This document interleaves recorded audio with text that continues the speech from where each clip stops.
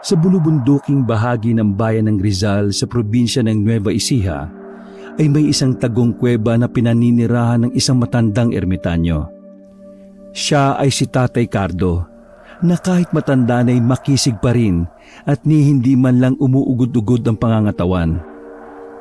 Napakahaba ng kanyang buhok at balbas at puting-puti ang kulay.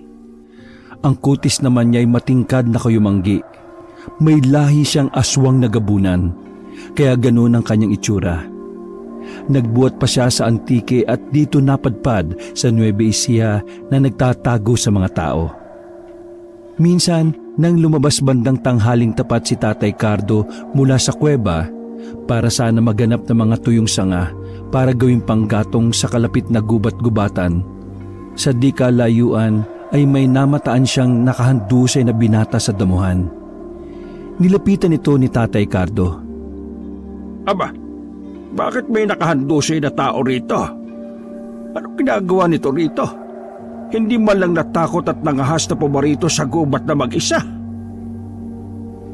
Maya-maya'y biglang umungol ang nakahandusay na binata habang sinisipat ni Tatay Cardo. Lolo, tulong. Kailangan ko ng... At kapag kuwa'y naputol ang gusto pa sanang sabihin ng binata dahil tuluyan na itong nawala ng malay. Wawang bata naman ito. Namumutlan at mukhang hinang-hina na. Parang nagigising ang pagdanasa kung muling kumain ng laman ng tao at uminom ng sariwang dugo. Napakatagal ko na rin hindi nang bibiktima ng tao. Ito na lang yata ang gawin kong pananghali at panghapunan mamaya. Parang hindi naman matanda si Tatay Cardo nang walang anumang buhatin niya ang walang malay na binata at pasanin sa kanyang balikat. Pagkaraan ay sumibad siyang parang kidlat pabalik sa kanyang tagong kuweba sa gilid ng bundok. Sa loob ng madilim-dilim na kuweba'y inilapag niya ang binata sa isang malapad na pahaba at lapad na bato. Teka, ano kaya ang sadya ng binatang ito sa gubat? Kanina'y nangungusap ang kanyang mga mata habang nagsasalita. May kung anong gustong hilingin sa akin. Tama. Hindi ko ito maaaring patayin. Isa pa, parang pamilyar sa akin ang amoy ng dugo ng taong ito eh. Mananatili ang aking panatang kahit kailan ay hindi na ako titikim ng tao. Mananatiling mga hayop lamang ang titikman ko. Gamit ang espesyal niyang kapangyarihan bilang isang gabunan ay sinalat ni Tatay Cardo ang noo ng binata. Makalipas ang ilang minuto ay muling nanumbalik ang malay tao nito. Ngunit pagkakita kay Tatay Cardo ay natakot na ang binata. Para bang noon lang nito napagtanto na kakaiba pala ang itsura ng inaakala niyang isang lolo. Sino kayo? Nasaan ako? Anong lugar ho ito? Narito ka sa aking kuweba, iho. Hindi ako isang pangkaraniwang tao tulad ng inaakala mo. Pero huwag kang matakot sa akin. Wala akong balak ng masama sa iyo. Bagkus handa pa nga akong tulungan ka. Ano ho ba kayo?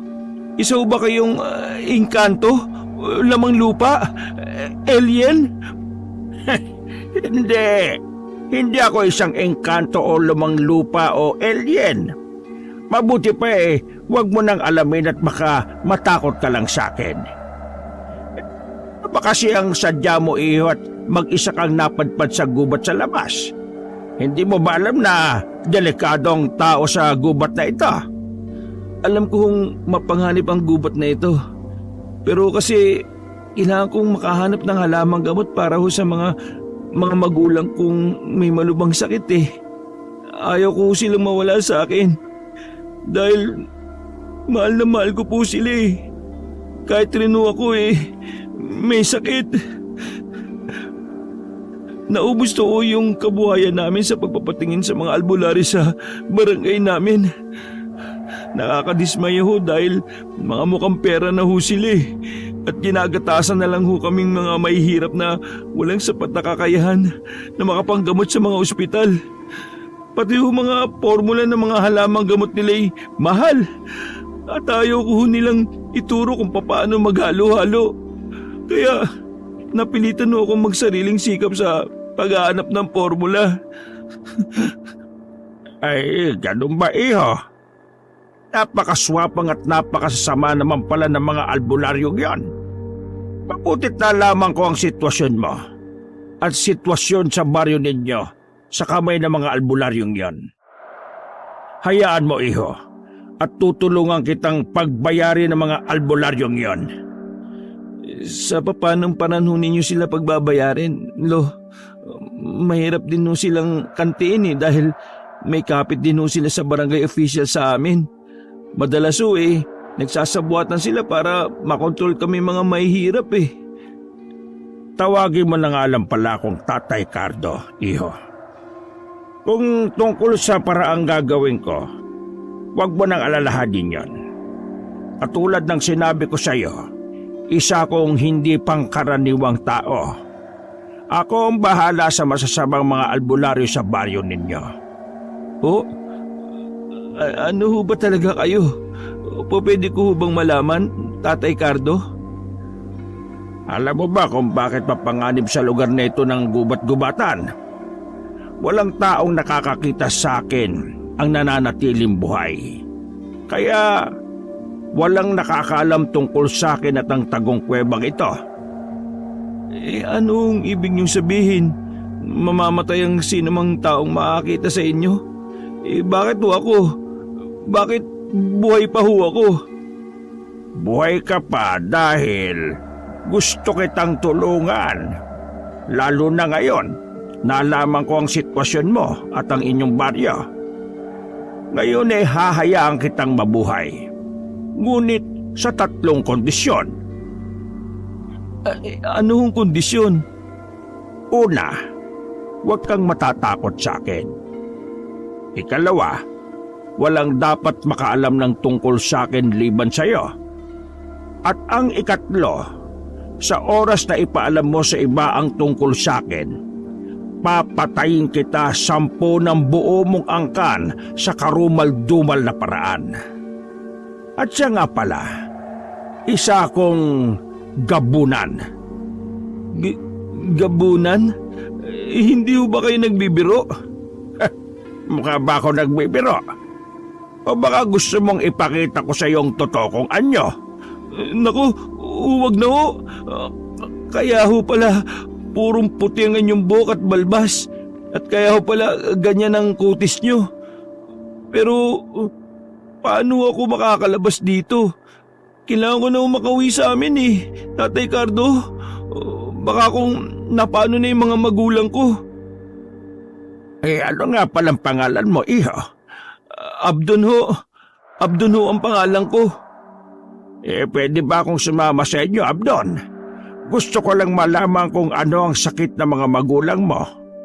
Baka sakaling kaya kong pagalingin sila gamit ang aking taglay na kapangyarihan bilang isang gabunan. Pwede naman ho, Tatay Cardo. Pero baka mamatay ho sa takot sa inyo yung mga magulang ko Lalo kapag nalaman ho nilang isa kayong aswang na gabunan. Huwag ka mag-alala, Abdon. May kakayahan ako magpalit ng anyo. Isa rin sa paraan ko para maiwasan kong pumatay ng mga taong nakakakita sa akin. Papatayin ko lamang sila kung ang totoo kong anyo ang nakita nila. Kung hindi mo alam panata ko na sa sarili ang huwag mambiktima ng tao. Hindi lahat ng aswang na gabunan na katulad ko masama. May ilan pa rin naman sa amin na mabuti. Talaga ho ba? Pero natatakot pa rin ho ako sa inyo Tatay Cardo. Patutunayan ko sa iyo na mabuti akong gabunan. Mula ngayon ay magturingan tayong magkaibigan. Halika at magsagawa tayo ng sandugo bilang katibayan ng ating pagkakaibigan. Sa harap ni Abdon ay pasibad na kumuha si Tatay Cardo ng mangkok na gawa sa pinatuyong bao ng nyog at isang matalim na balaraw. Inilapag ni Tatay Cardo ang mga ito sa ibabaw ng malapad na batong dating kinahihigaan ni Abdon. Ganun na lang ang pagkagulat ni Abdon sa nasaksihang sobrang bilis na pagkilos ni Tatay Cardo. Ganyan mo ba talagang isang gabunan kong kumilos, Tatay Cardo? Simbilis ng kidlat? Oo, iho. Kaya kung balak mo kong patayin, mahihirapan ka. Higit pa sa karaniwang aswang lamang ang isang gabunan. Marami pa akong espesyal na kakayahan. Ngunit, hindi ko pa maaaring sabihin sa iyo ngayon. Saka na kapag lumalim na ang ating pagkakaibigan. Tatay Cardo, o pwede ba ninyong ibahagi ang ilang parte ng inyong kapangyarihan sa isang tao? Oo, maaari. Pero ang bagay na yan hindi basta-basta. May mga kondisyon sa pagsasali ng kapangyarihan at mga kwalifikasyon na kailangang taglayin para ito'y maging matagumpay. Bakit? Gusto mo bang bahaginan kita ng aking mga kapangyarihan? Ha?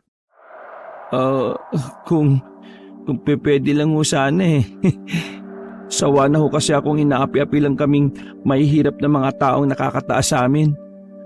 Parang gusto kong iparamdam din sa kanila kung paano maging isang api-apihan eh. Tignan natin balang araw, iho. Malay mo, makita kong magiging kwalipikado kang salinan sa paglipas ng panahon. O siya, simulan na natin ng sandugo. Katunayan isa ito sa kumbagay panimulang anyaya sa posibleng pagsasalin sa hinaharap. Ibinuka ni Tatay Cardo ang kanan niyang palad at gamit ang matalim na balaraw ay mabilis siyang lumikha ng hiwa. Pakuyom niyang piniga ang nalikang sugat at pinatulo ang dugo sa mangkok ng baon ng niyog. Sumunod ay ganun din ang kanyang ginawa sa kanang palad ni Abdon. Pagkaraan ay ininom ni Tatay Cardo ang kalahati ng laman ng mangkok. Ang natirang kalahati naman ay ipinainom niya kay Abdon. Biglang nakikisay si Abdon matapos niyang mainom ang natitirang pinagsamang dugo sa mangkok. Mistula siyang parang kinukumbulsyon at ang mga matay halos tumirik. Tumagal ito ng mga ilang minuto hanggang sa humupat bumalik na ulit sa normal ang lagay ni Abdon. Anong nangyari sa katawan ko, Tatay Cardo? Halos mamatay ho ako sa pag-inom ko ng pinagalo nating dugo eh. At yung lasa, hindi ko maintindihan ang lasa. Ngayon may kaunting porsyento na ng aking dugo ang iyong dugo. Diyan na magsisimulang sukatin ng aking dugo kung karapat dapat kang salinan sa hinaharap. Saka parang nawala ang sakit ko, Tatay Abdon. Guminawa ho ang pakiramdam ko. Isa yan sa epekto ng pag-inom mo ng dugo ko. Pero hindi ibig sabihin hindi ka na makakasakit uli. Kaya lang medyo mas mabilis kang gumaling kaysa sa dati. Ang galing naman ho. Naku, salamat ho talaga ng marami, Tatay Cardo. At naging kaibigan ko ho kayo.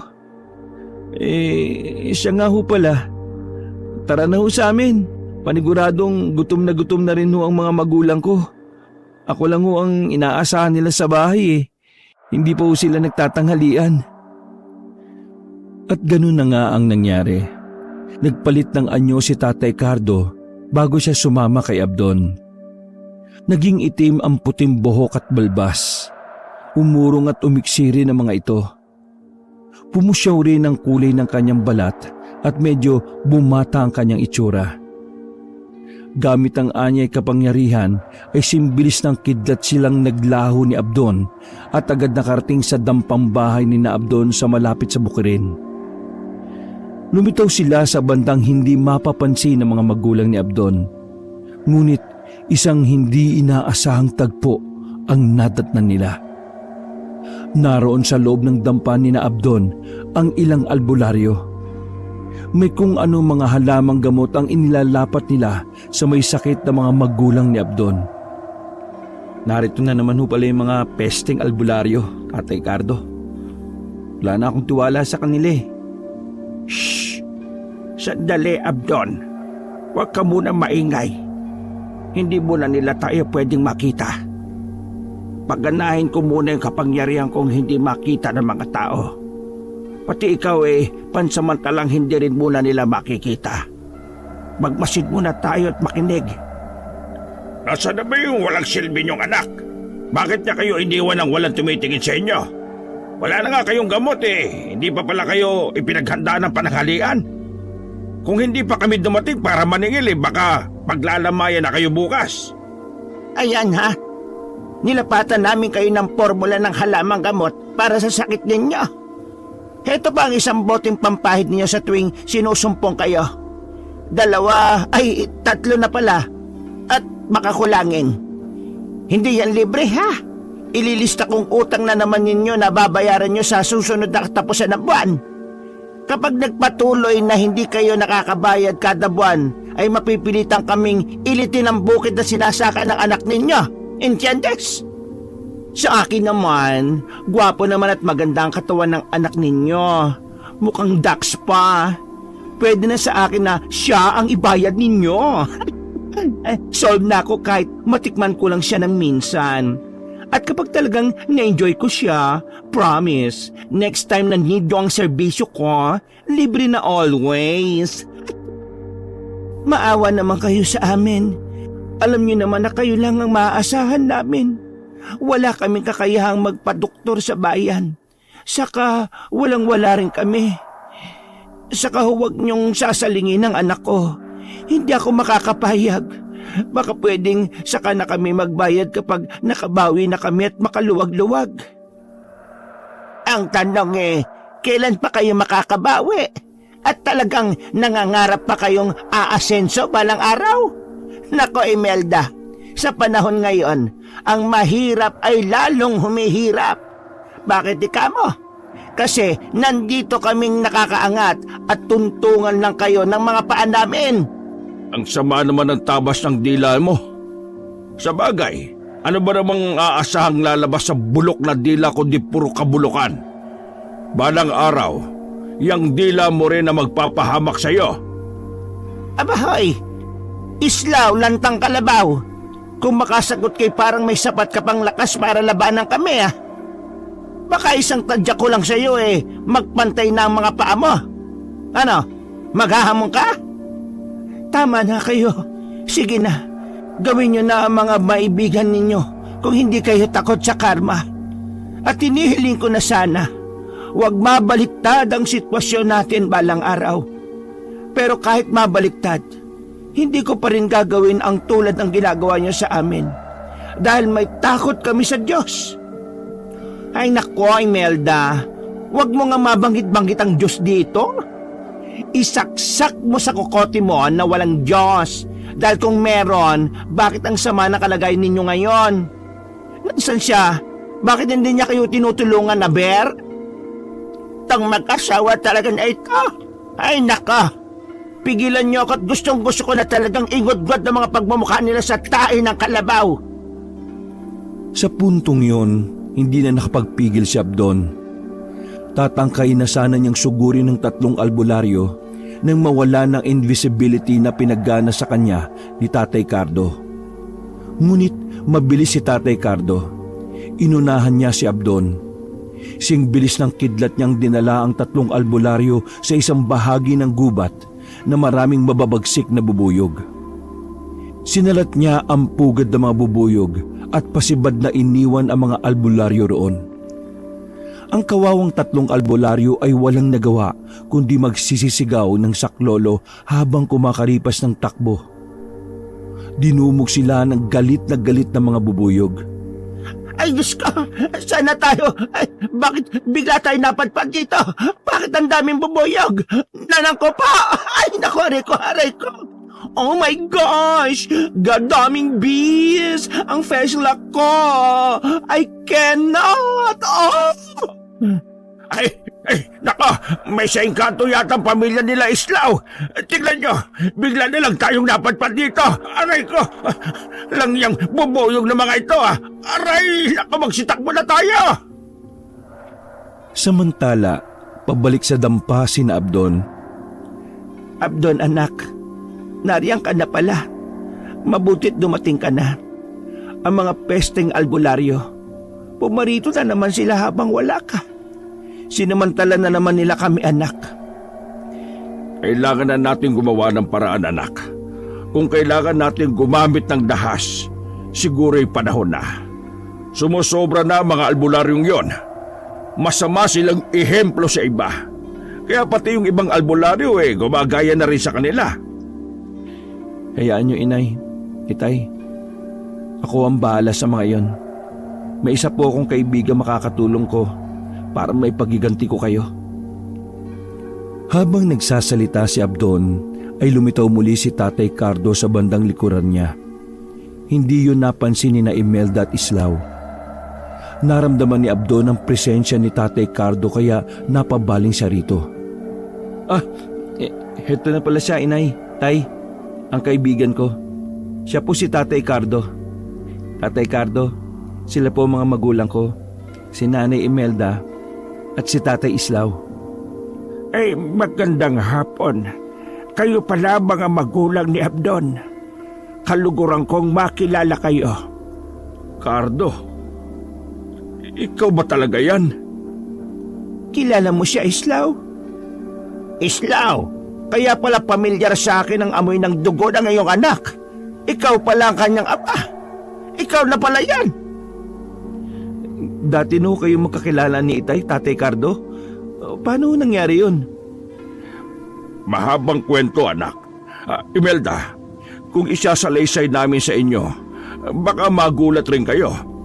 At huwag sana kayong mabibigla na si Cardo ay hindi normal na tao. Anong ibig mong sabihin, Islao? Kung hindi siya normal na tao, ano siya? Huwag sana kayo matakot, inay. Ako rin po alam ko na kung ano talaga si Tatay Cardo. Sikreto lang po natin ito at tayo-tayo lang po makakaalam. Si Tatay Cardo po inay ay isang aswang. Aswang na gabunan. Ha? Diyos ko, siya na ba yung dati mong ikinukwento sa akin, Islao? Totoo pala yun.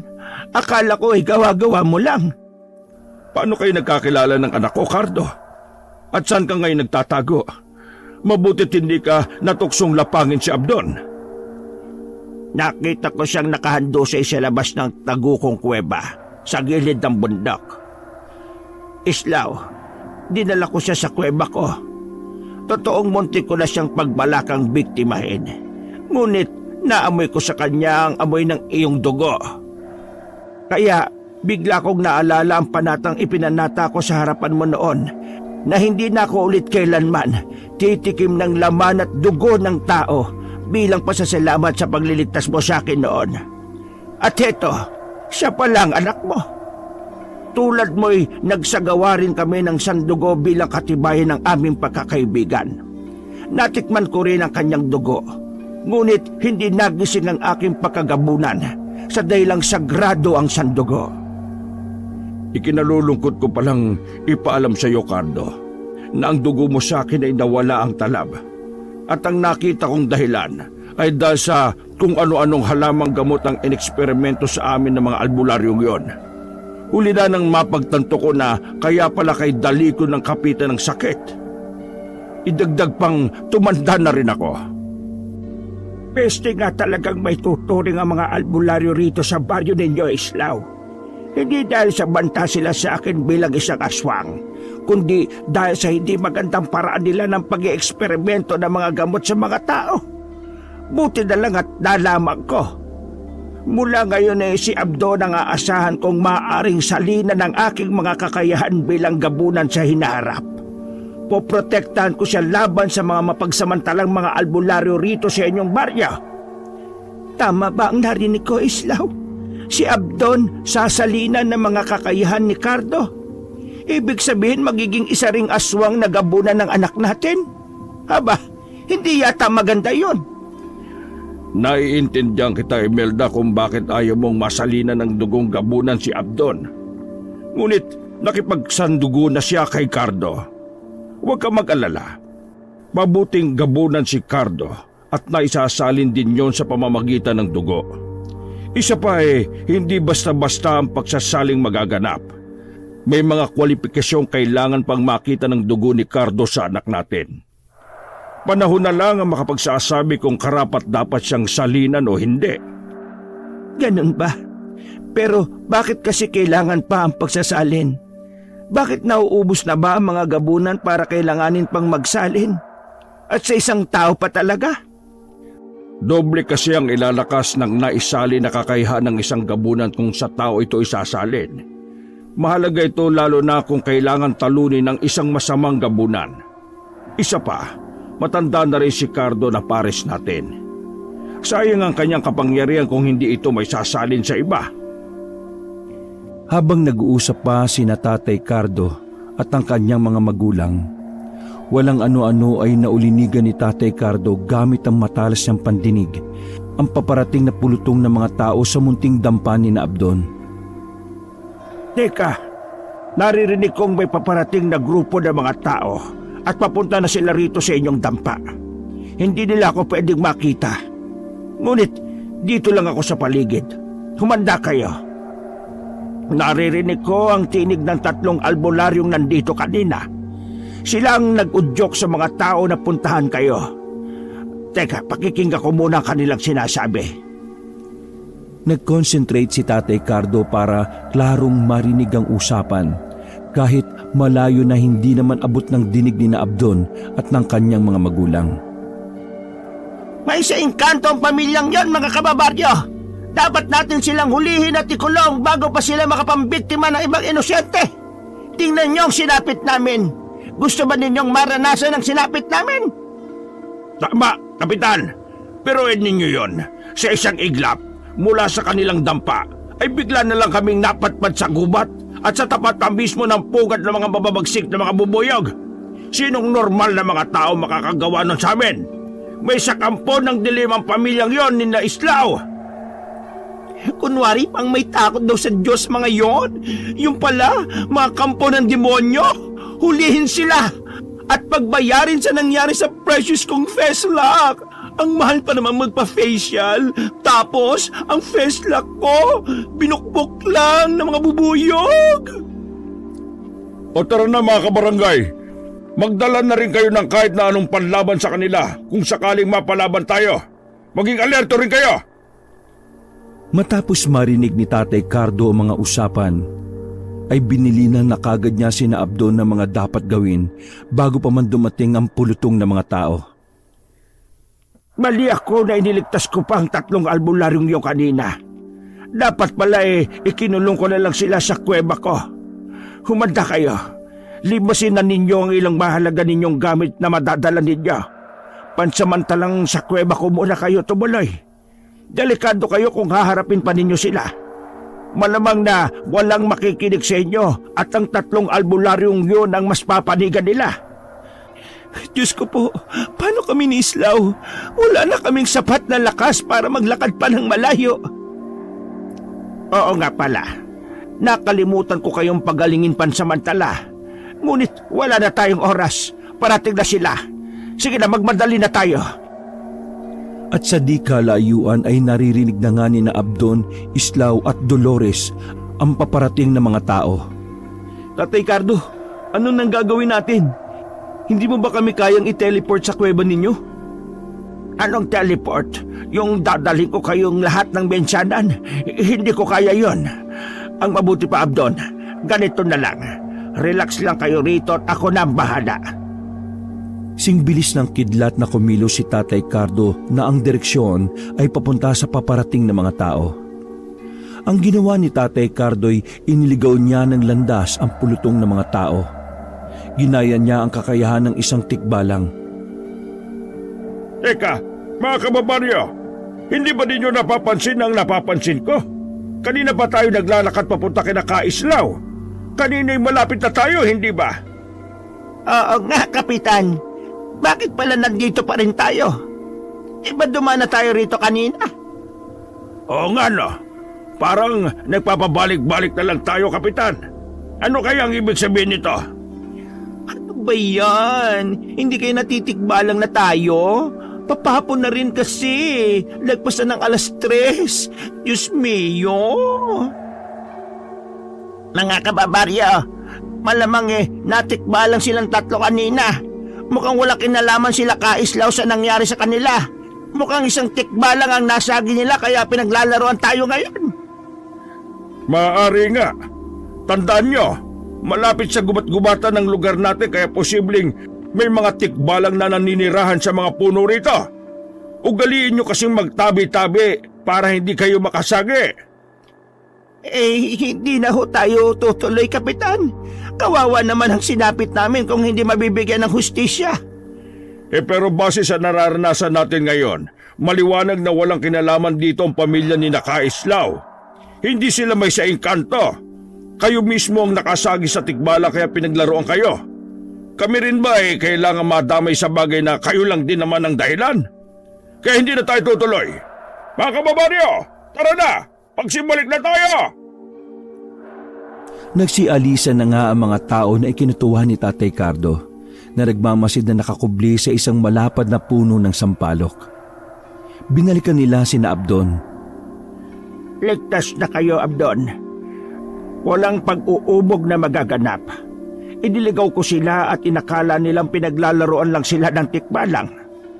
Simula ngayon ay mag-iingat kayo sa bawat kilos ninyo para hindi na kayo pagdudahan ng mga tao. Ako ba mag-iingat din nang hindi kayo mapahamak ng dahil sa akin? Salamat naman kung ganon. Kung bakit ba naman kasi pagkasasama ng ugali ng mga albularyong yon.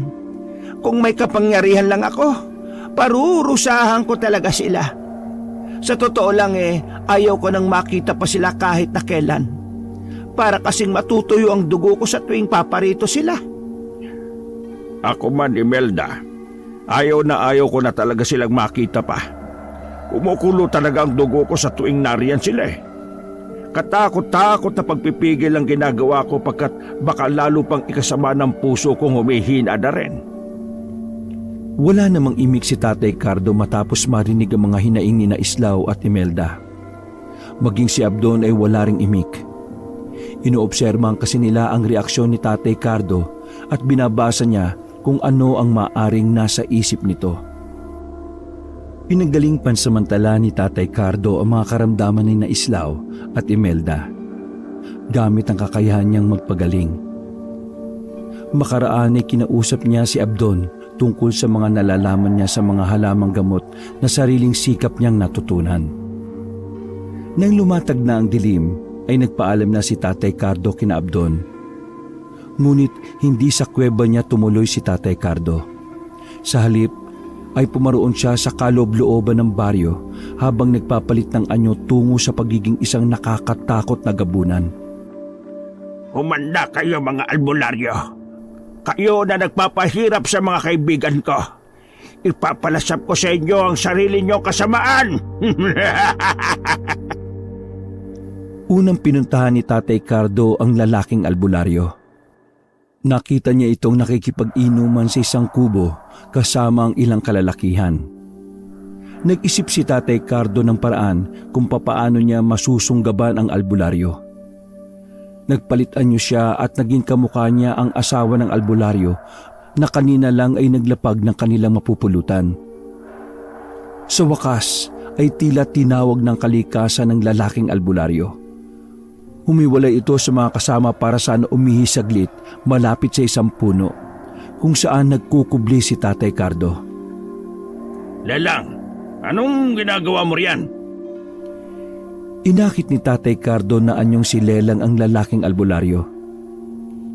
Halika Bong, parang gusto kong subukan mag-ano tayo doon sa may taniman.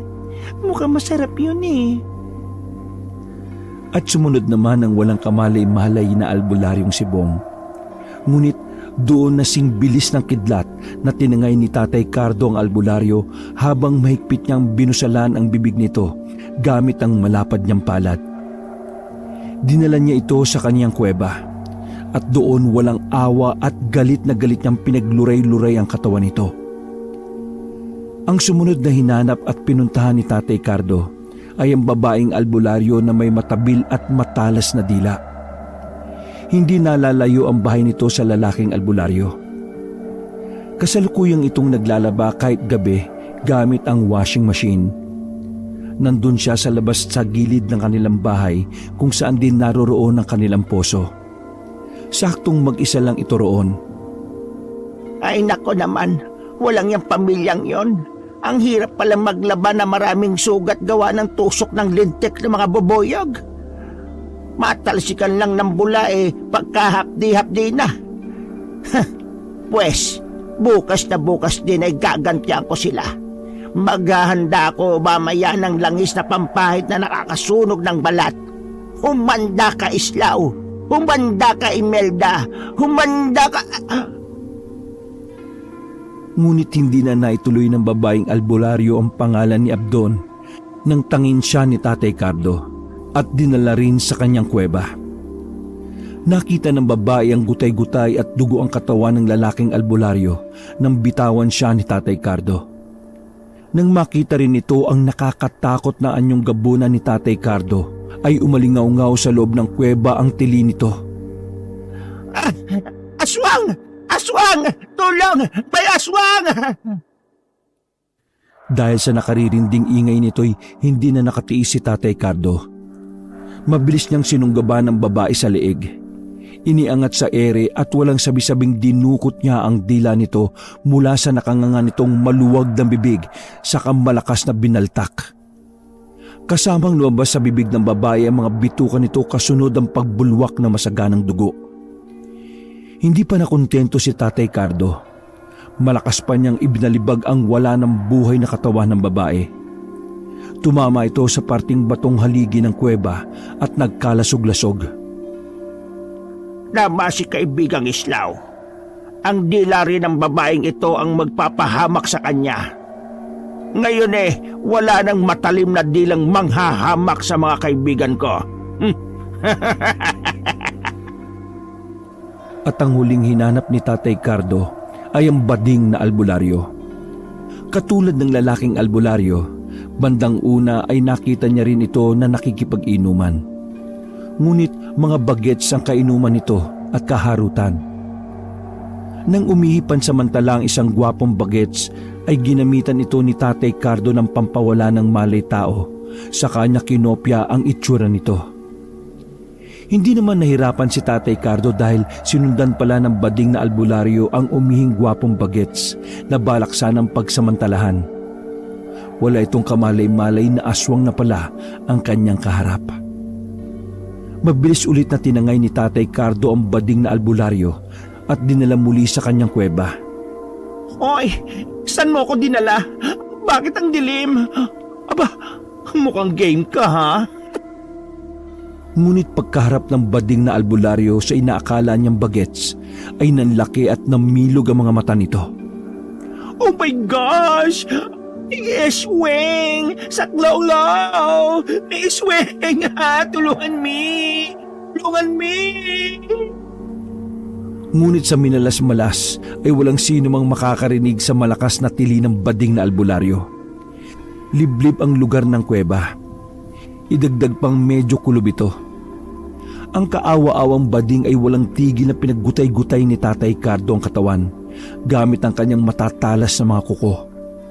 Nagkalat at umago sa sahig ng kuweba ang mga pira-pirasong laman at masaganang dugo. Nang sumunod na araw ay nabalita sa buong baryo ang pagkawala ng 5 katao. Kasama na nga roon ang 3 albularyong brutal na pinaslang ni Tatay Cardo. Nagdagdag pa siya ng 2 masamaring mga albularyo para hindi magduda ang mga tao at ibaling ang sisi sa pamilya ni Abdon. 5 araw pa ang lumipas at patuloy pa rin hinahanap ang mga nawawalang albularyo. At dito na nagsimulang mabahala ang pamilya ni Abdon. Islaw, hanggang ngayon pala ay hindi pa rin nahahanap yung 3 albularyong kinaiinisan natin. Alam mo bang nagsisimula na tayong pagdudahan ng mga kababaryo natin? Baka raw may kinalaman tayo sa pagkawala ng mga albularyo. Bakit naman tayo mababahala kung wala naman tayong ginagawa? Kung ano man ang nangyari sa kanila, ay karma na nila yon dahil sa kasamaan nila. Ang totoo, Islaw, ang anak natin si Abdon ang pinaghihinalaan nila.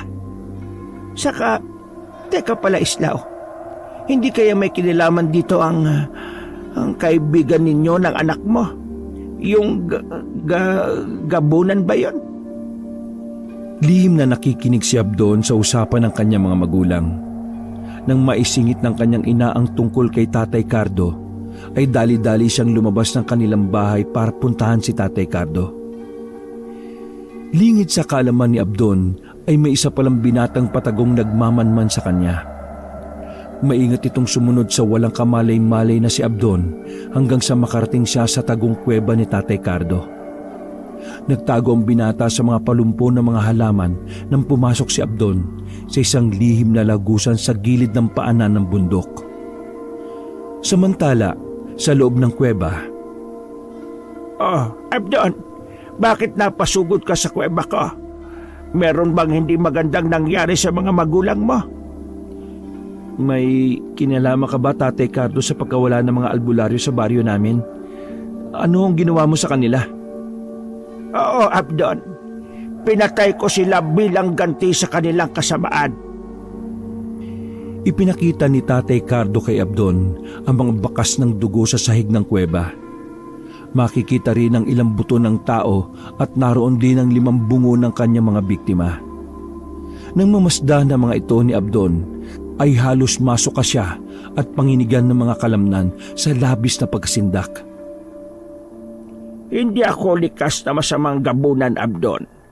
Ngunit masakit sa akin na nakikitang naghihirap ang kalooban ng aking mga kaibigan nang dahil sa kasamaan ng mga albularyong yan.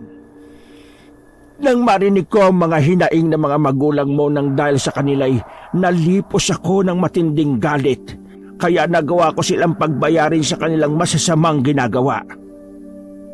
Naiintindihan naman ho kita, Tatay Cardo. Pero may hindi magandang konsekwensya ang inyong ginawa eh.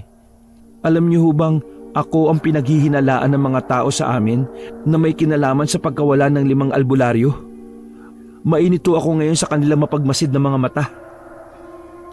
Sa sinabi ni Abdon ay hindi nakaimik si Tatay Cardo. Bigla siyang malalim na napaisip. Kapag kuwan ay naningkit ang kanyang mga mata. Kaya pala ay may kung anong nasasagap ang matalas niyang pandama sa labas ng kuweba. Sandali lang. Mag-isa ka lang bang pumarito sa kuweba ko, Abdon? Oo. Wala akong kasama at maingat ho akong pumarito. Iniwan ko sila inay at tatay sa bahay. Bakit ho ba? Nararamdaman kong may isang taong sumunod sa iyo at naghihintay siya sa labas. Hindi maganda ang nararamdaman ko sa isang ito. Nararamdaman ko ang puwersang salungat sa taglay kong kapangyarihan bilang isang gabunan. Isang antingero ang isang yon. Ho? Isang antingero? Naku, Tatay Abdon, baka iniisip niyong nagtawag ako ng antingero ha? Hindi ko magagawa yun, Tatay Abdon. Oo, alam ko, iho. Hindi ka talaga maaaring magtawag ng antingero dahil ikaw ay meron na rin kaunting porsyento ng dugong gabunan at sa puntong ito ay kalat na yon sa iyong katawan. Alam kong nararamdaman mo na rin ang antingero sa labas. Ngunit hindi mo lang napapansin na tumatalas na ang iyong mga pandama. Sa sinabi ni Tatay Cardo ay sinubukang pakiramdaman din ni Abdon ang kanyang mga pandama. Nang gilalas pa siya nang matukoy niya ang antingerong nagkukubli sa may labas ng kuweba. Totoo ngang matalas na rin pala ang kanyang mga pandama. Totoo nga, Tatay Cardo, matalas na nga ho pala ang aking mga pandama. Ibig sabihin ho ba nito na isalin na rin ho sa akin ang inyong mga kapangyarihan? Nakapagtataka, iho. Sa iyo'y napakaigsi lang ng panahon na kailangan at kwalipikado ka na kagad para sa pagsasalin. Nararamdaman kong panahon na nga para isalin ko sa iyo ang kalahati ng aking mga kapangyarihan. Isa pa'y mukhang hinihingi na rin ang panahon at pagkakataon. Agad ay isinagawa ni Tatay Cardo ang ritual ng pagsasalin sa harap ni Abdon. Mariing pumikit si Tatay Cardo at matamang nag-concentrate. Maya-maya pa'y biglang nanginig ang buo niyang katawan.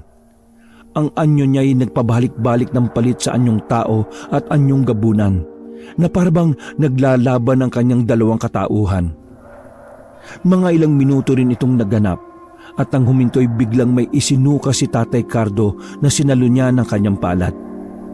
Isang makintab na itim na bato na parang kalahating biluhada ang hugis. Labis na hiningal si Tatay Cardo sa isinagawa niyang proseso. Kunin mo itong batong ito, iho. Bakas ang pagkamanghasa mukhang tumalima si Abdon sa utos ni Tatay Cardo. Naroroon din ang kinang ng kanyang mga mata at pananabik sapagkat yun ang pinakahihintay niya. Ang masalinan ng mga nakamamanghang kapangyarihan ni Tatay Cardo. Lunukin mo na kagad, iho, bago pa man yan kusang bumalik sa akin. Malakas pa ang balanin niyan sa kalahating bahagi nito na nasa akin pa. Ang kalahating bahagi nito ay hindi ko pa maaaring ibigay sa iyo sa ilang kadahilanan. Isa pa'y kailangan mo munang gamayin ang pagdadala ng batong yan sa iyong katawan. Hindi biro-biro ang pagdaraanan mo dahil dyan. Dahil sa kasabikan ay nilunok nga kagad ni Abdon ang nasabing itim na bato. Ngunit bigla siyang parang nasamid nang marinig ang mga huling tinura ni Tatay Cardo. Hindi niya naisip kagad yon. Ano ho, Tatay Cardo? Ibig niyong sabihin may matindi pa akong pagdaraanan dahil sa batong nilunok ko? Sabihin nga ninyo sa... Hindi na ituloy ni Abdon ang gusto pa sana niyang sabihin nang walang ano-ano'y nanginig din ng buo niyang katawan ng ubod ng tindi na pares ng nangyari kanina kay Tatay Cardo. Unti-unti ring nagkulay abo ang kanyang buhok at bahagyang umitim ang kanyang kutis. Malakas na napapaungol si Abdon dahil sa hindi niya maipaliwanag na nararamdaman sa kanyang katawan. Halos maglabasan din ang kanyang mga ugat sa katawan at nagmistula siyang parang kinukuryente ng mataas ang boltahe. May isang oras ang itinagal ng kakaibang nangyayari kay Abdon. Matapos nga ito'y humandusay na lamang siyang bigla nang wala ng malay. Alalay namang sinapo ni Tatay Cardo ang lupaypay na katawan ni Abdon, kung kaya hindi bumagsak sa mabatong sahig ng kuweba. Nang muling bumalik ang malay ni Abdon, ay matinding pagsusuka naman ang kanyang dinanas. Halos isuka niya ang lahat ng laman ng kanyang sikmura. Isang buwan mo yang daranasin, Abdon. Ibig sabihin ay kailangan mo munang malayo sa mga tao sa loob ng isang buwan. Dito ka muna sa aking kuweba. Kasunod niya ay magsisimula ng hanapin ang iyong katawan ng sariwang dugo at laman. Ngunit hindi ka maaaring mambiktima ng tao. Sa halip ay mga hayop lang ang maaari mong biktimahin. Tutulungan kita sa bagay na yan ng pagdidisiplina sa sarili. Tulad ng dati kong ginawa nung manata ako sa iyong ama na hindi na ako mambibiktima ng mga tao. Pero paano sila inay at itay? Ako na ang bahala sa kanila, Abdon. Sa ngayon ay ihanda mo muna ang iyong sarili sa pamumuhay na tulad ng isang ermitanyo sa loob ng isang buwan. Habang nagsasalita pa si Tatay Cardo, ay naramdaman na naman niya ang pagkilos ng antingerong nasa labas ng kuweba. Ngayon nararamdaman niyang natuntunan nito ang sikretong lagusan papasok ng kuweba. Si Abdon man ay gayon din. Nararamdaman din niya ang antingerong yon. Pero may isang bagay siyang natuklasan na ikinababahala niya.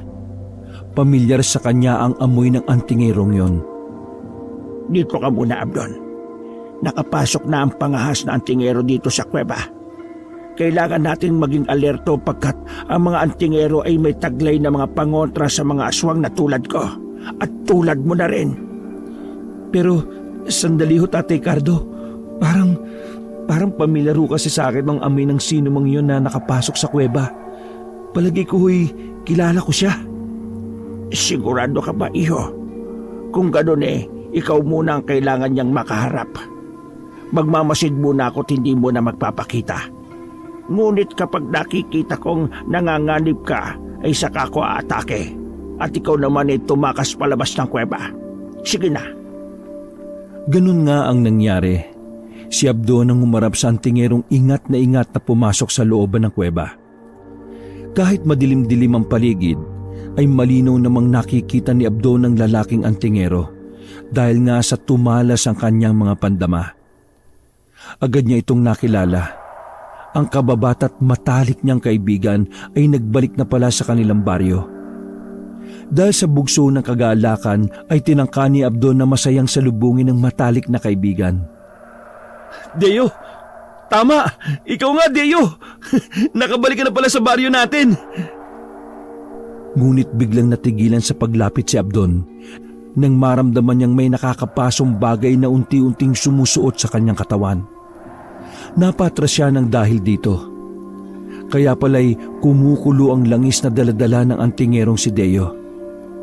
Dahil din dito'y umasta ito para depensa ng sarili kahit na bahagyang nagtataka.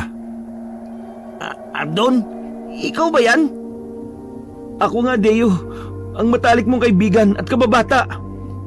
Pero, paano? Paanong naging isa kang aswang? Bakit gumagana sa iyo yung mga pangontra ko? At saka, ano ginagawa mo sa kuwebang to? Mahabang kwento, Deo. Bago pa lang ako nagiging aswang na gabunan. Gusto ko kasing bigyan ng leksyon ng mga mapagsamantala at masasamang mga albularyo sa baryo natin. Kaya pinili kong maging aswang. Ngunit huwag mo na sanang isiping isa ako masamang aswang, Deo. Kilala mo ko simula pagkabata natin. Teka Abdon. Totoo bang may kinalaman ka sa pagkawala ng ilang mga albularyo sa atin? Saka, paano ka naging gabunan na ikaw lang? May kasama ka bang iba pang mga gabunan sa kuwebang ito? Dito na lumantad si Tatay Cardo kay Deo. Ako ang kasama niya, iho. Kaibigan ko si Abdon. Nakipagsandugo siya sa akin at ininom namin ng pinaghalo naming mga dugo. Kaya nahaluan na ng dugong gabunan si Abdon. Pagkakita kay Tatay Cardo, ay alertong hinawakan ni Deo ang hawak niyang mutya na panlaban sa malalakas na uri ng aswang na tulad ng mga gabunan. Iniakma niya ito sa direksyon ni Tatay Cardo na bahagya ring napaatras. Sa puntong ito, humarang naman si Abdon para protektahan si Tatay Cardo. Sandali, Deo. Huwag ka munang gumawa ng aksyon. Hindi masamang gabunan si Tatay Cardo. Ang totoo'y kaibigan din siya ng tatay ko noong paman, nung dating nasa Visayas siya. Namuhay si Tatay Cardo bilang isang ermitanyo sa tagong kuwebang to at umiwas sa mga tao. Hindi siya nambibiktima ng mga tao dahil may panata siya kay Itay na hindi na siya kailanman mambibiktima ng mga tao. Tanging mga hayop na lamang ang binibiktima niya. Siya bang may kinalaman sa pagkawala ng mga albularyo sa baryo natin? Oo, iho. Ako ang dahilan ng kanilang pagkawala. Pinatay ko sila, ngunit hindi ko sila kinain. Kaya ko lamang nagawa yun ay para bigyang hustisya ang masasamang ginagawa nila sa inyong mahihirap na mga kababaryo. Tulad na lamang ng pamilya ni na Abdon. Hindi ko masikmura ang kanilang kasamaan at pananamantala. At bilang halimbawa na rin sa ibang mga albularyo para hindi sila pamarisan. Ang totoo niyan, iho, hindi ko pa malalaman ang masaklap palang dinaranas ng mga kababaryo ninyo sa kanilang mga kamay kung hindi pa napadpad rito si Abdon malapit sa kuweba ko. Ganun ho ba? Pero alam mo ba ninyong may nauna pa sa aking sumunod kay Abdon at nagmamanman sa kanya? Isa ho yung albularyo. Bumalik na ho yun sa baryo at malamang ibinalita na sa mga kababaryo namin ang tungkol sa lihim na kuwebang ito na pinasukan ni Abdon. Sa kanilang narinig ay makahulugang nagkatinginan sina Abdon at Tatay Cardo. Si Deo na may nagpatuloy pa sa pagsasalita. Alam niyo rin po ba na nagtatawag sila ng mga antingero para tumulong sa paghahanap sa inaakala nilang nawawalang mga kaalbularyo nila? At isa na nga ako ron. Mabuti na lang at sinundan ko ang albularyong bumuntot kay Abdon. Kung hindi hindi ko pa malalaman ang punot dulo ng lahat. Tatay Cardo, ano nang gagawin natin? Malamang paparito sila sa kuweba at uumugin tayo. Makukulong tayo at masusukol sa kuwebang ito. Makakaya ho ba natin ang pinagsanib na puwersa ng mga albularyo at mga antingero? Hindi biro-biro mga antingerong kinalap nila, Abdon. Mahirapan kayong kalabanin sila. Tatay Cardo, ano ang plano natin? Matamang nag-isip si Tatay Cardo. Nagpalipat-lipat ang matiim niyang mga titig kina Abdon at Deo. Kay Deo mas nagtagal ang kanyang titig na parabang tinatansya niya ito. Hindi mapagamay ang pagiging isang gabunan, Abdon. Kung mas napaaga sana ang pagkakagamay mo rito ay makakaya natin silang labanan. Hindi pa tuluyang nagigising ang dugong gabunan sa sistema mo. Ngayon ay kailangan natin ng tulong. Kailangan natin ng tulong nitong kaibigan mo. Oh, ako? Pero paano ko kayo matutulungan? Ang kakayahan ko ay kontra sa inyong kapangyarihan bilang isang aswang. Tama ka, iho. Pero hindi mo ba alam na may kapangyarihan din ng isang gabunan tulad ko na kumopya ng ibang mga kapangyarihan at kakayahan? Yun ang natitirang nasa akin na hindi ko pa naisasalin kay Abdon. Ibig niyo bang sabihin balak niyong kopyahin ang kapangyarihan ni Deo bilang isang antingero, Tatay Cardo? Oo, Abdon. Tama ang iyong iniisip. Madali lang ang proseso kung papayag si Deo. Gagamitin natin ang makukopya nating kapangyarihan mula sa kanya na pangontra rin mismo sa mga antigero. Wala akong problema sa akin, Tatay Cardo, kung gusto niyong kopyahin ang mga kapangyarihan ko bilang antingero. Tapat ako sa kaibigan kong ito, simula pa man nung bata pa kami. Alam ko rin nung mapagkakatiwalaan ko rin kayo kung paanong nagtiwala sa inyo si Abdon. Salamat, Deo. Salamat talaga ng marami, kaibigan ko. May isang bagay lang akong inaalala, Tatay Cardo. Ngunit ang sasabihin pa sana ni Cardo ay mabilis na pinutol ni Tatay Cardo. Hindi na yun mahalaga, iho. Wala na tayong sapat na panahon para isipin pa yon. Nararamdaman ko nang kumikilos na sila patungo rito. Kailangan na nating magmadali. Wala namang nagawa si Deo kundi ang mapailing na lang sa gustong mangyari ni Tatay Cardo. Palhim niyang pinaglipat-lipat ang matamang mga titig sa matandang ermitanyo at sa kanyang kaibigang si Abdon. Nakadama siya ng kaunting awa sa kaibigang halata sa mga mata na may malalim ding iniisip. Isinagawa na nga ni Tatay Cardo ang pangungopya sa mga kapangyarihang pang-antingero ni Deo. Katakot-takot ang panginginig ng mga kalamnan ni Tatay Cardo at hindi mailarawang matinding pag-ungol ng paghihirap ang nasaksihan sa kanya ni Deo at Abdon. Halos umusok din ang buong katawan ni Tatay Cardo, kasabay ng tila nagre-rebelding pagpapalit anyo niya tungo sa pagiging isang gabunan. Nagtikwasan ang kanyang mga mahahabang puting buhok. Bahagya rin siyang umangat sa ere at pagkadakay mabilis na umikot na parang trumpo. Kasunod nito'y may mga tila maliliit na kidlat na nagbuhat sa umiikot na si Tatay Cardo. Natapos ang proseso nang huminto ang pag-ikot ni Tatay Cardo sa ere. Lupaypay na bumagsak siya sa sahig at unti-unting bumalik sa anyo niyang tao. Nang bumalik ang malay tao niya'y bigla siyang nagsuka ng dugo kasama ang isang makintab na kulay puting bato na umuusok pa. Ang hugis nito ay kapares ng itim na batong ibinigay dati ni Tatay Cardo kay Abdon. Malamang ay yun ang kalahating bahagi ng bato na nakay Abdon. Abdon, kunin mo ang puting bato at itago mo. Magsisilbing proteksyon mo yan laban sa mga antigero, pati na sa mga albularyo. Pero bakit kulay puti ho ito? Naging puti dahil sa kapangyarihang pang-antingero. Mahigpit kong ibibilin sa iyo na hindi mo muna pwedeng lunukin yan hanggat hindi mo pa nagagamay ng lubusan ng pagiging isang gabunan. Sa ngayon proteksyon mo muna yan laban sa mga antigero at albularyo na mangangahas na saktan ka. Magsisilbi mo ring pananggalang yan para hindi nila maramdaman na isa kang gabunan. Pero paano ho kayo, Tatay Cardo? Wala na akong natirang bato sa inyo. Hindi ko matatanggap to. At balak sanang ibalik ni Abdon ang puting bato kay Tatay Cardo, ngunit pinigilan siya ng huli. Nasa akin pa ang aking bato, Abdon. Ang nasa iyo'y kopya lamang, pero singlakas at katulad lang din ang nasa akin. Kaya huwag mo kong alalahanin. Sigurado ho ba kayo, Tatay Cardo? Paano kung... Naudlot ang pagsasalita ni Abdon nang marinig nila ang kumusyon sa labas ng kuweba. Nariyan na sila, Abdon. Mukhang buong baryo na yata ang pumarito at hindi lang ang mga antingero at mga albularyo. Anong gagawin natin? Paano tayo makakalabas ng kuwebang ito? Tatay Cardo, anong gagawin natin? Sa may bukanan ng kuweba ay maririnig ang usapan ng ilang antingero at albularyo at ilang mga taga-baryo. Sandali mga kababaryo, hindi tayo pwedeng basta-basta pumasok. Hindi pa natin sigurado kung ano talaga ang Abdon na yon. Hindi ko mawari ang nadedetekta ng aking mutya. Parang may kung anong humaharang na kakaibang puwersa. Anong puwersa?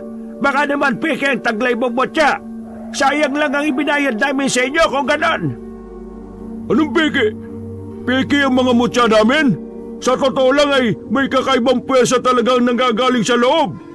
Ngayon ko lang naengkwentro ang ganitong puwersa. Mahirap ipaliwanag. Baka po ako, Tigero. Ganun din bang nararamdaman nyo sa puwersang nagbubuot sa loob? Tama ka, kapatid. Sa kapakaramdam ko rin hindi talaga tayo makakapasok ng mga antingero. Parang patulak ang puwersa mula sa loob Kayo mga albularyo, baka kayo ang pwedeng makapasok. Anak ng, kami ba talaga ang pauunahin ninyo? Wag pala kayong mga antingero kayo Mukhang nagsasabi naman sila ng totoo. Kilala ko sila ng mga mahusay talagang mga antingero. Kaya nga sila ang tinawag ko O siya, ako na lang ang magpapatiyuna sa loob. Marami naman tayong dalang makabuhay at mga langis na pangontra ng mga aswang at mga antingero, tama? Sige na, tayo na nga mauna.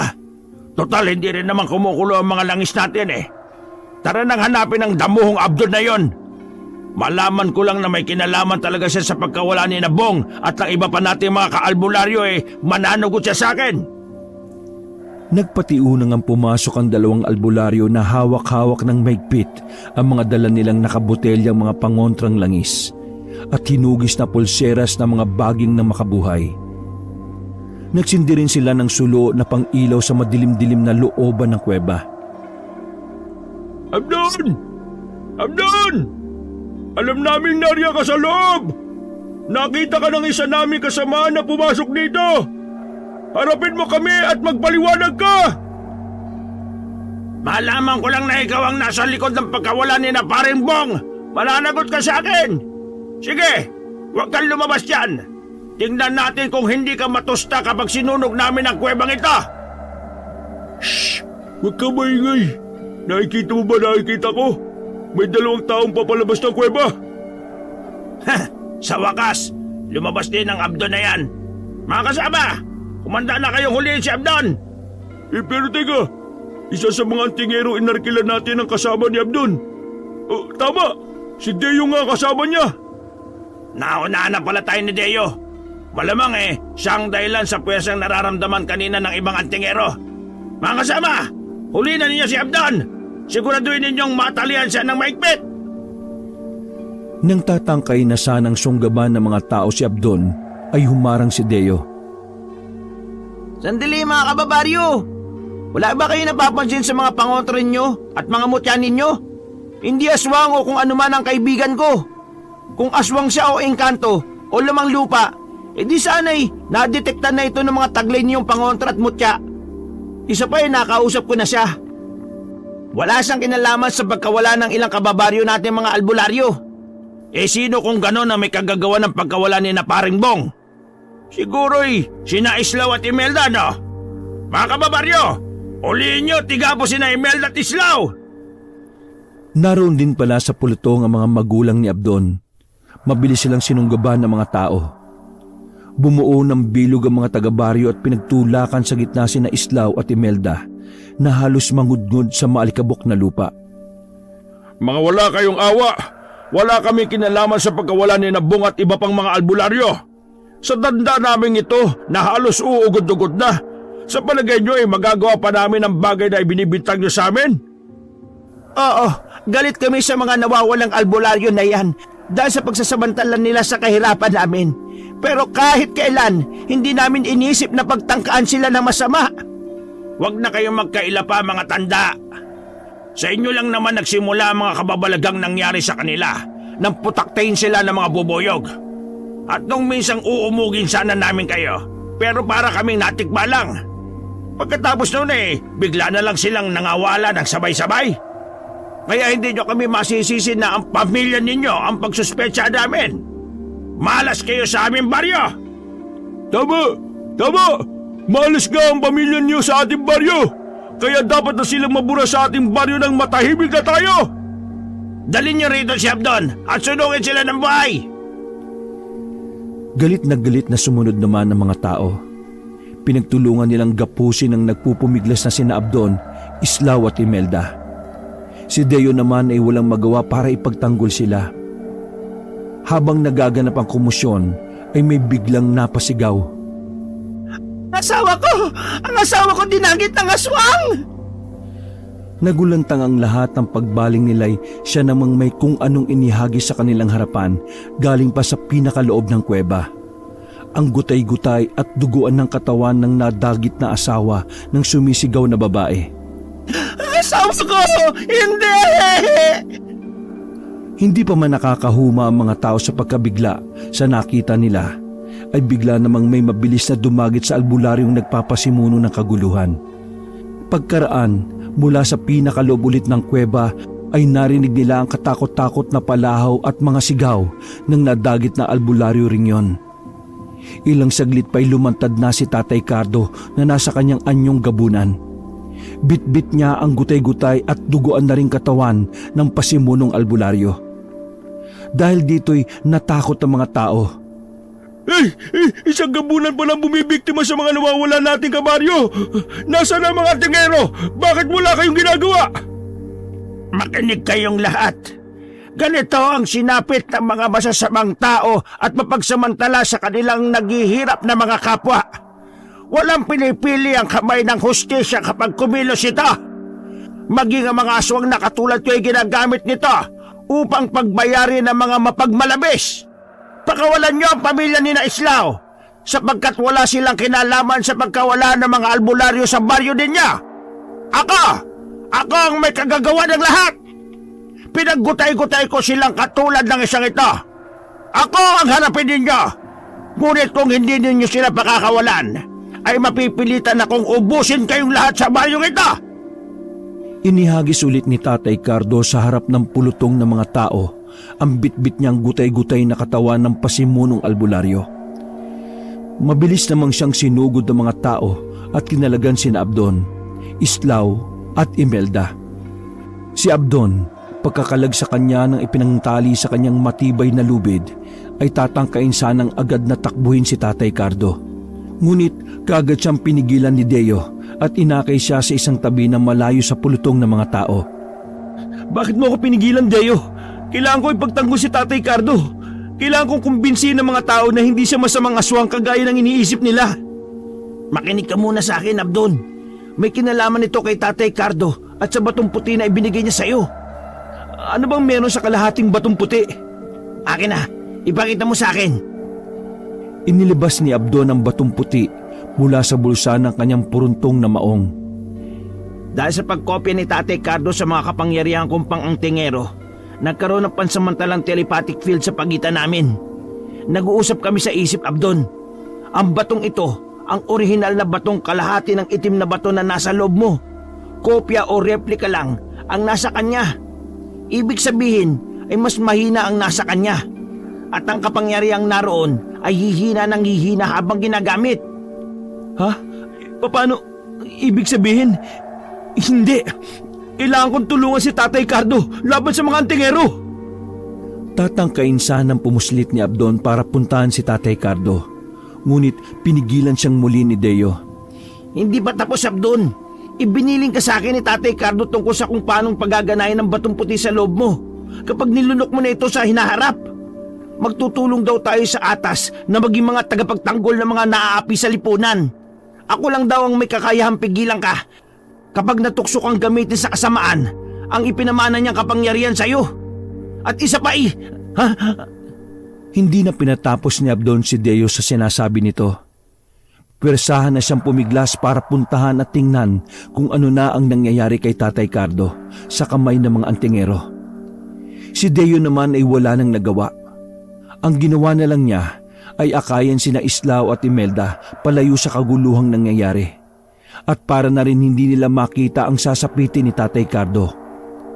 Sa bukana ng kuweba'y nasaksihan ni Abdon si Tatay Cardo kung paanong buong tapang pa rin siyang nakikipaglaban sa mga antingero kahit ang kapangyarihang taglay nito bilang isang gabunan ay unti-unti nang nanghihina. Sige, tapusin na ninyo ang matandang gabunan na yan para wala nang mga haspang mambiktima sa ating mga kababaryo. Ibuhos nyo na ang lahat ng mga kapangyarihan nyo. Sige, ibuhos nyo lahat. Pero sinasabi ko sa inyo, may babangon pang bagong lahi pagkatapos ko. Isang bagong lahing mas makapangyarihan pa sa akin na kahit mga antingerong tulad ninyo'y wala nang magiging panama.